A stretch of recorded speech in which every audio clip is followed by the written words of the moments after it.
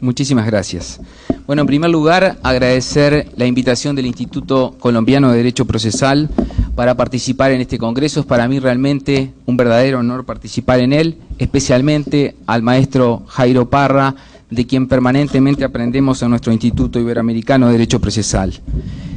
Es la verdad que una especie de compromiso ineludible felicitarlos, porque creo que Colombia tiene el Congreso de Derecho Procesal más grande del mundo y realmente es una cosa única e inigualable, y fundamentalmente felicitarlos por la enorme participación de los estudiantes que logran que este Congreso realmente sea un éxito. Yo creo que realmente esta participación casi mágica de los estudiantes se debe dar únicamente en la tierra de García Márquez, de Davis Echandía y de Jairo Parra. No debe ser posible que esto ocurra en otros lugares.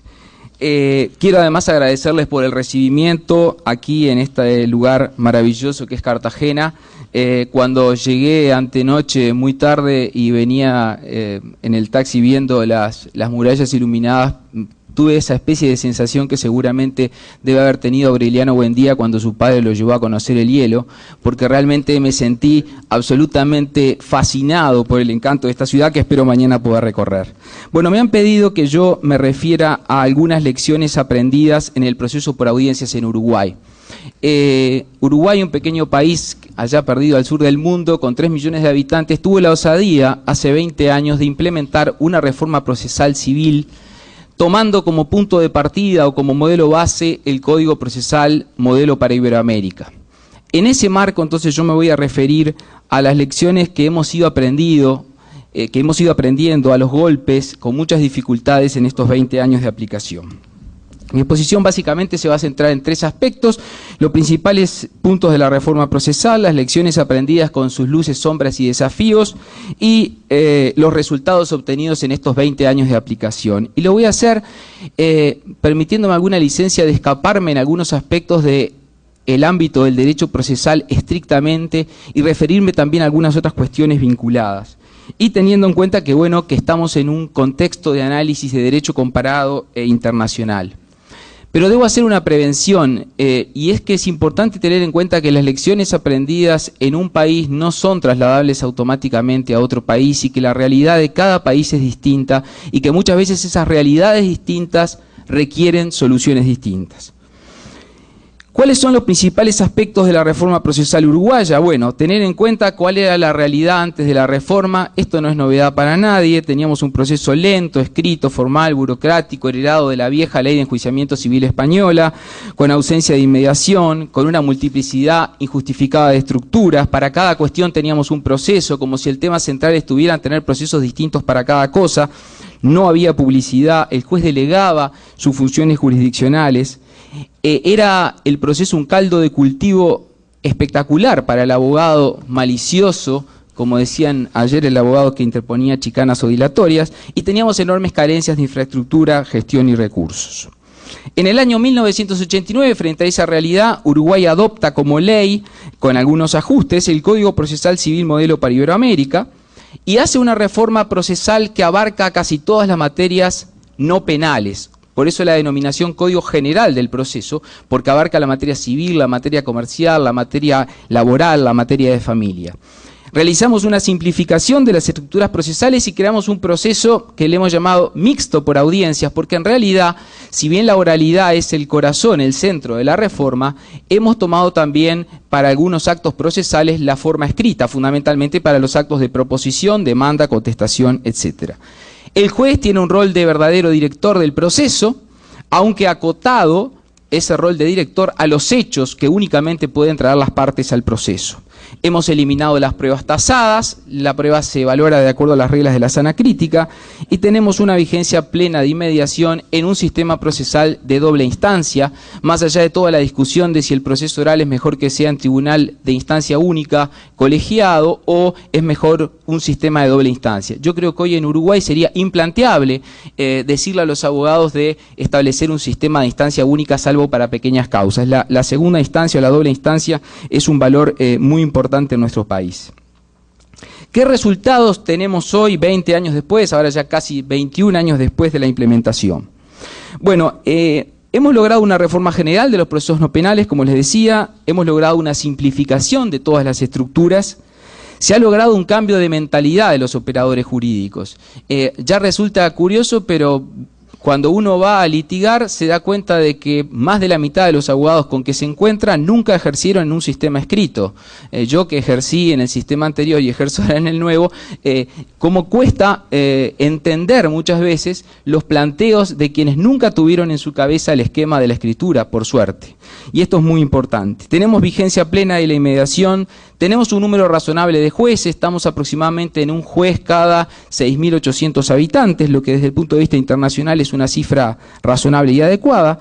Esto ha traído una mejor calidad de la justicia con un acortamiento de la duración de los procesos y una moralización del proceso.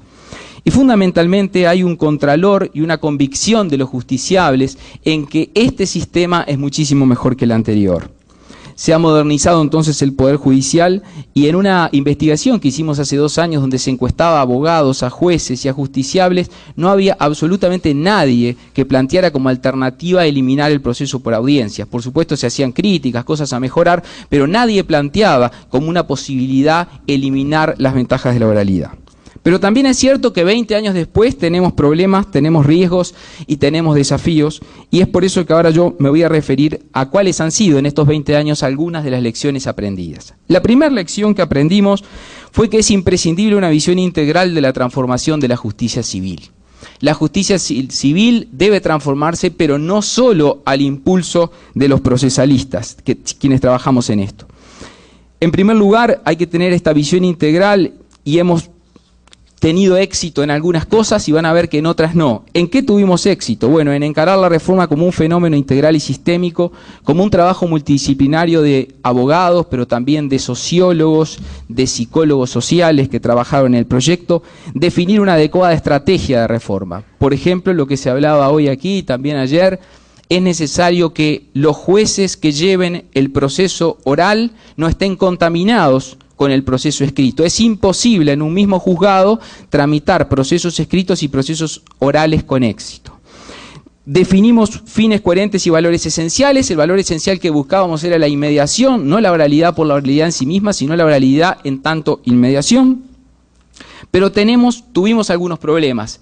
Quizás el principal problema es un problema en el que una trampa en la que solemos caer los abogados, es creer que la ley todo lo cambia.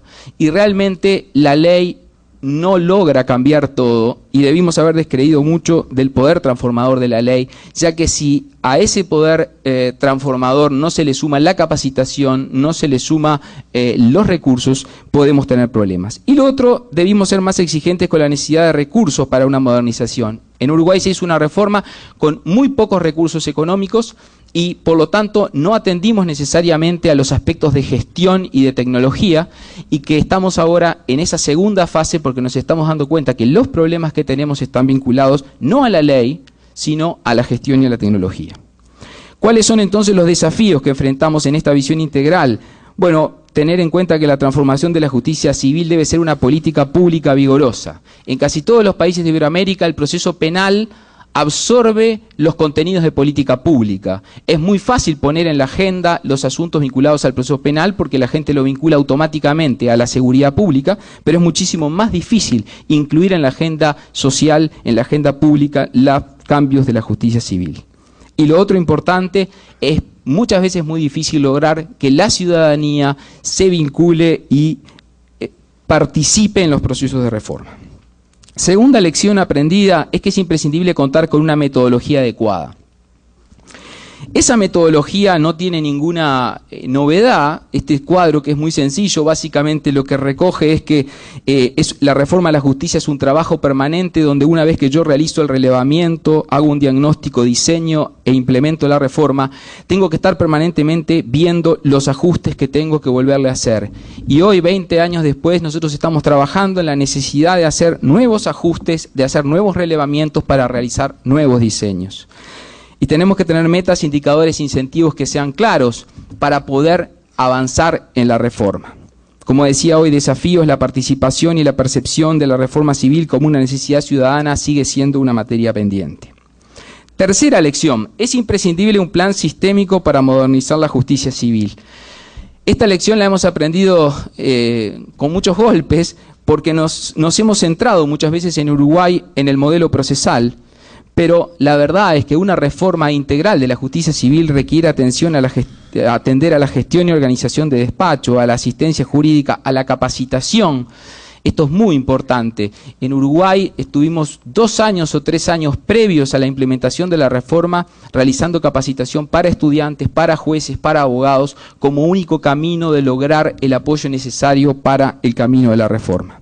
Los demás elementos, contralor, medios alternativos, organización judicial y recursos, forman entonces este plan sistémico. Cuarta lección que hemos aprendido es que toda reforma de la justicia civil requiere una sólida base conceptual. Y esto quizá fue el principal logro o la principal virtud de nuestra reforma. Fue que tomamos como punto de partida el magnífico trabajo del Instituto Iberoamericano de Derecho Procesal, que hace 20 años era la síntesis en ese código modelo de la doctrina procesal iberoamericana y sentaba las bases esenciales y los principios, pero con una cuestión muy importante, que era no solo decir cuáles son los principios, todos los códigos hablan de los principios, sino el tema central es cómo efectivizamos esos principios en la práctica para que tengan eficiencia práctica. Pero claro, hoy tenemos nuevos desafíos. El código modelo, fíjense, fue elaborado entre los años 67 y 88. El presidente del instituto decía hace poco que era un código modelo hijo de su tiempo, a tal extremo que en las recientes jornadas iberoamericanas de Chile el tema era cómo redactaríamos hoy el código modelo, porque sin duda que el código modelo hoy requiere una serie de ajustes, requiere una serie de renovaciones fundamentales en virtud de los grandes cambios sociales, políticos, tecnológicos que hemos tenido. Hay una serie de reformas procesales de referencia, estas son solo algunas, un listado incompleto, que hoy han ido avanzando en muchos aspectos y de las cuales se pueden tomar puntos de partida importantes para seguir avanzando. La quinta lección que hemos aprendido es que la modernización de la justicia civil requiere replantear muchos de los conceptos clásicos. Mi amigo Petronio Calmón decía ayer que seguimos muchas veces hablando con el mismo lenguaje, con la misma, discutiendo los mismos temas que se discutían hace 100 años en el derecho procesal. Y hay algo de esto, pero la verdad es que se ha cambiado mucho. Cambios acelerados en la cantidad de procesos, en la mayor información que tienen los ciudadanos, que a su vez genera mayor necesidad de acceso a la justicia, nuevas materias, los conflictos colectivos. Un problema que muchos países tenemos, que es la judicialización de todas las cuestiones. Cuando el sistema político no logra resolver sus problemas, lo transfiere al sistema judicial, judicializando el debate de todas las cuestiones.